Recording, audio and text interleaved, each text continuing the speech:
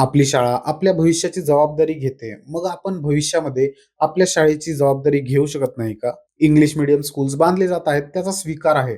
पण ते बांधण्यासाठी मराठी शाळांना पाडण्याची गरज आहे का? हे कितपत योग्य आहे? मराठी भाषा शिकवणाऱ्या मराठी शाळा टिकल्या तरच आपली मराठी भाषा टिकणार आहे. नाहीतर ती केवळ एक अकॅडमिक सब्जेक्ट म्हणून पाहिली जाईल. पेपर संपला, विषय संपला. दिनकर शिर्के प्लेड बाय सचिन खेडेकर नागाव येथील एका मराठी शाळेचे प्रिन्सिपल असतात, जे आपली शाळा वाचवण्यासाठी धडपड करत असतात. त्यांची ही जुनी मराठी शाळा पाडून त्याच जागेवर भव्य इंटरनॅशनल स्कूल उभं केलं जात आहे. आता मदत म्हणून आपल्या जुन्या बॅचेसच्या स्टुडंट्सला ते बोलावतात आणि ते येतात देखील, पण फक्त आपल्या सरांचा मान राखण्यासाठी. त्यांना शाळा वगैरे वाचवण्यामध्ये काही खास असा इंटरेस्ट नसतो. पण अशा काही गोष्टी समोर येऊ लागतात की ते लोक या विषयावर आणखी गंभीर होतात आणि शाळा वाचवण्यासाठी प्रयत्न देखील सुरू करून टाकतात. आता ते काय करतात, कसे करतात हेच पाहायला तुम्हाला थिएटर मध्ये जावं लागेल. मूवी प्रेडिक्टेबल आहे, तर मग पाहण्याजोगं आहे काय? ते आहे या मूवीचं एक्झिक्युशन. संपूर्ण स्क्रीन प्ले एकदम पद्धतशीर आहे,